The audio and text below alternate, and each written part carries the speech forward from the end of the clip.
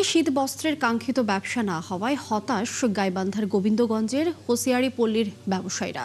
তারা জানান, এবার তেমন শীত না পড়ায় শীত বস্ত্র কেনার ভিড় নেই নয়ারহাট পাইকারি বাজারে।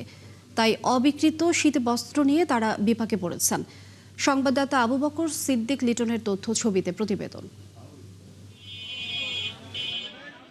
সারা বছর শীতবস্ত্র তৈরিতে দিনরাত পরিশ্রম করেন গাইবান্ধার গোবিন্দগঞ্জের হোসিয়ারি পল্লীর কারিগররা। লাভের আশায় শীত মৌসুম পর্যন্ত চলে তাদের অপেক্ষা। প্রতি বছর প্রায় 500 থেকে 600 কোটি টাকার গরম কাপড় বিক্রি হলেও এবার শীত কম থাকায় কাঙ্ক্ষিত কাপড় বিক্রি হয়নি ব্যবসায়ীদের। এখনো শীতবস্ত্র অবিকৃত রয়েছে অনেক। মাল বিক্রি হচ্ছে না, কারণ পার্টি আসতেছে না।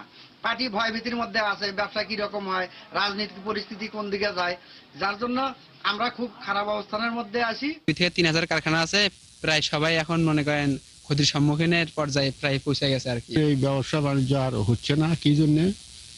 গ্রাহক না থাকলে আমরা কার কাছে বিক্রি করব? এ নিয়ে বেসিক কর্মকর্তা জানান, ব্যবসায়ীদের দাবি ঠিক আছে।